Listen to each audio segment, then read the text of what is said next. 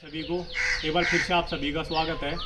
तो आज हम इस वीडियो में बात करेंगे कि जब आप दिल्ली पुलिस को ज्वाइन करते हैं, आपकी ट्रेनिंग चलती है, कितने मतलब दिन के बाद आपकी सैलरी आती है, अप्रोक्स कितना आपको सैलरी के लिए वेट करना पड़ता है। इसके अलावा हम वीडियो में बात करेंगे कि अभी 1 अप्रैल से कैंटीन के कुछ नए नियम लागू हुए, उसमें आप सभी का मतलब क्या बेनिफिट है, क्या क्या वो नियम जो चेंज करे हैं, वो सारी मतलब इस वीडियो में बात करेंगे। तो एंड तक आप वीडियो के साथ जुड़े रहें। और जो भी आप सभी को शेयर किया जाता है, जो भी मैं आप सभी के साथ शेयर करता हूँ, बिल्कुल ऑथेंटिक शेयर किया जाता है। जब वो चीज़ कंफर्म हो जाती है उसी के बाद मैं वीडियो लेके आता हूँ। कैंटीन के जो नियम है 1 अप्रैल से लागू हो चुके हैं। काफ़ी पहले से मेरे पास इन्फॉर्मेशन थी, लेकिन उतना टाइम नहीं मिल पाता वीडियो बनाने का। संडे है इसलिए मैं ये वीडियो आप सभी के साथ शेयर कर रहा हूँ। तो पहले बात करते हैं सैलरी पे। तो दोस्तों सैलरी का ऐसा है कि जब आप ज्वाइन करते हैं, आपकी ट्रेनिंग स्टार्ट होती है, तो आपकी सैलरी आने के 70 से 80% चांस होते हैं कि जब आपके 3 मंथ जैसे कंप्लीट होते हैं, यानी तीसरे मंथ के एंड तक। क्योंकि जब आपके अकाउंट वगैरह खुल जाते हैं उसके बाद भी कुछ प्रोसेस रहता है, जैसे कि एनपीएस आपका लागू किया जाता है, यानी एनपीएस ओपन किया जाता है। पीछे से कोई बच्चा जॉब करके आया, उसका पहले से एनपीएस बना होता है। और एनपीएस है क्या, थोड़ा सा उसके बारे में बता देता हूँ। एनपीएस जो जैसे पहले ओल्ड पेंशन स्कीम थी, जब हम रिटायरमेंट आपकी होती थी उसके बाद हमें पेंशन मिलती थी, उसको चेंज करके अब एनपीएस लागू कर दिया गया था, न्यू पेंशन स्कीम, जिसमें आप रिटायरमेंट के टाइम पे आपकी हर महीने जैसे मनी काटी जाती है और उसमें सरकार अपनी तरफ से कुछ ऐड करती है। वो सारा जब आप रिटायरमेंट होते हैं तो उस टाइम पे आपको एक साथ दे दिया जाता है। तो ये है एनपीएस। तो ये आपके जब अकाउंट ओपन हो जाते हैं उसके बाद आपका एनपीएस फॉर्म फिल कराया जाता है। और ये लाइफ में एक ही बार बनता है। जिसका पहले का बना हुआ है, जिसने कहीं पहले जॉब की है स्टेट गवर्नमेंट की या सेंट्रल गवर्नमेंट की, तो उसको दोबारा नहीं बनेगा। उसके बाद जैसे आपके पीआईएस नंबर वगैरह आते हैं, तो 3 महीने के एंड तक आपके चांसेस 70 से 80% सैलरी आपकी आ जाएगी। इसके अलावा अगर आपकी 3 महीने में नहीं आती है तो 20 से 30%, यानी कि 100% चांस है चौथे मंथ में आपकी सैलरी आ जाएगी। आप उम्मीद यही रख सकते हैं कि तीसरे मंथ तक अगर आपका प्रोसेस जैसे थोड़ा फास्ट रहता है तो आपकी सैलरी तीसरे मंथ के एंड तक आ जाती है। अब कुछ साइड में जो भाई बैठे हुए हैं ये आपको बताना चाहेंगे सैलरी के बारे में। सैलरी महीने में आती है भाई, ये करीब 40 के आसपास आएगी, 40,000। ट्रेनिंग पीरियड में 40 से कम ही रहती है, वैसे 35 के आसपास रहती है। तो अजीत भाई आप ये बता दो कि जैसे कम से कम बंदा अपने 1 महीने का मतलब कितना प्रबंध करके आए घर से, क्योंकि आप अगर 3 महीने भी मान के चलते हैं सैलरी की कि 3 महीने हमारी सैलरी नहीं आएगी। हाँ, 3 माह तक आपकी सैलरी नहीं आएगी, इसलिए आपको प्रत्येक महीने के हिसाब से 10,000 रुपये का इंतजाम तो करके ही लाना होगा। ये आप पहले से एडजस्ट करके आएँ 10,000 के अप्रोक्स, क्योंकि आपका जैसे यहाँ मैस चार्ज भी होता है, उसके अलावा आपका और भी खर्चा हो जाता है, ड्रेस वगैरह का, कभी आपके जूते आ रहे हैं, कभी बेल्ट आ रही है, खाने का खर्चा 5,000 के करीब हर महीना जाता ही है। तो हाँ, तो उसी हिसाब से अपना 10,000 के आसपास लगी जाती पर मंथ के हिसाब से एडजस्ट करते हैं। तो ये थी सैलरी पे। उम्मीद करता हूँ आपका डाउट जो है क्लियर हो गया होगा। कि और दिनेश भाई ये बताइए, नई जो हमारी ये स्कीम लागू हो रही है ये कैंटीन वाली, क्या इसमें अल्कोहल भी मिलेगा? हाँ, लिख कर का है इसमें, वो सारा बता देते हैं एक बार, जो नए नियम के अनुसार जो है वो सारे एक बार बता बात दो कर भाइयों लेते को हैं। जो नए आएंगे अब। तो दोस्त अब बात कर लेते हैं कैंटीन कार्ड पे।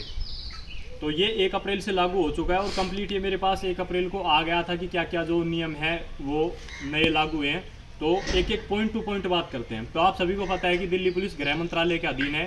तो जो पैरामिलिट्री फोर्स के अंदर अभी तक जैसे कैंटीन कार्ड था, या हम बोल सकते हैं आर्मी के अंदर, उसी हिसाब से अब हमारा कैंटीन कार्ड होगा। तो पॉइंट टू पॉइंट बात करते हैं। सबसे पहले 1 नंबर पॉइंट को पढ़ लेते हैं। तो इसमें है कि अब ये तो एक नॉर्मल सी चीज़ है, चलो पुलिस कैंटीन का नाम केंद्रीय पुलिस कल्याण भंडार होगा। अब इसके बाद से बात करते हैं जो कि आपके लिए इसमें काफ़ी बेनिफिट रहेंगे। कैंटीन से अगर जैसे आप सामान खरीदने के लिए अब प्रत्येक कर्मचारी को कैंटीन का सदस्य होना अनिवार्य होगा। बिना कैंटीन सदस्य के किसी को भी सामान नहीं दिया जाएगा। इसका मतलब ये है कि अभी तक हम अपने पास जो कार्ड होता था, हमारा जो जैसे दिल्ली पुलिस कार्ड बना के देती है, उसी से हम कैंटीन से सामान खरीद लेते थे। लेकिन अभी आपका अलग से कैंटीन कार्ड होगा।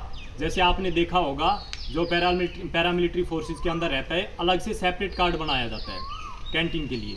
तो वो कार्ड अब आपका बनेगा। इसके बाद बात कर लेते हैं प्रत्येक कैंटीन सदस्य का लिखकर 4 बोतल मिलेगी। मतलब इसमें कहने का है एक कार्ड पे 4 बोतल अब आपको लिख कर मिलेगी। पहले इसमें ऐसा नहीं था, ये आपको नहीं दिया जाता था। अभी आपको 4 बोतल दी जाएगी और ये है ACP रैंक से जैसे जो नीचे है ACP एंड अबोव, उसके लिए ये हो जाती है 6 बोतल पर मंथ। तो ये आप देख सकते हैं, ये दूसरी जो अपना इसके अंदर पॉइंट था। अब इसके बाद बात कर लेते हैं, कर्मचारी या अधिकारी के परिवार के सदस्य को कैंटीन से सामान लेने के लिए स्मार्ट कार्ड लाना अनिवार्य होगा, बिना कार्ड के बिलिंग नहीं होगी। यानी कि जब आपके फैमिली से कोई भी कैंटीन से सामान लेने के लिए जाएगा तो साथ में कार्ड होना अनिवार्य है, बिना कार्ड के कोई सामान नहीं दिया जाएगा। ये था तीसरा पॉइंट। अब बात कर लेते हैं, कैंटीन स्मार्ट कार्ड से कर्मचारी के परिवार का सदस्य किसी भी पुलिस कैंटीन से सामान खरीद सकेगा। यानी अगर कार्ड है तो आप जो भी दिल्ली पुलिस की कोई भी कैंटीन है या किसी भी कैंटीन से, आप ऐसा नहीं है कि फिक्स आप एक ही कैंटीन से सामान खरीद सके। आप किसी भी कैंटीन से अगर आपके पास में सामान है, जो भी आपके नज़दीकी कैंटीन है, जो भी आपके पास में कैंटीन है आपके डिस्ट्रिक्ट में या जहाँ पे भी जो आपके नज़दीक हो, वहाँ से आप सामान खरीद सकते हैं। अब सामान की जो प्रत्येक माह की लिमिट रखी गई है उस पर बात कर लेते हैं।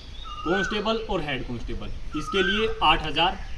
अब इससे ऊपर ASI और SI, ये रहेगी आपकी 9000 ASI SI इंस्पेक्टर। और उसके बाद जो इससे ऊपर है वो रहेगी लिमिट 11000।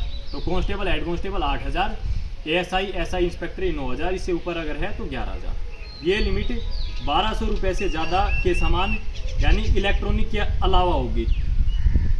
सामान खरीदने पर कार्ड की लिमिट स्वतः ही कम हो जाएगी। तो ये तो नॉर्मल सी चीज़ आप सभी को पता है, अगर आप सामान खरीद लेते तो वो लिमिट उसमें से कम हो जाएगी।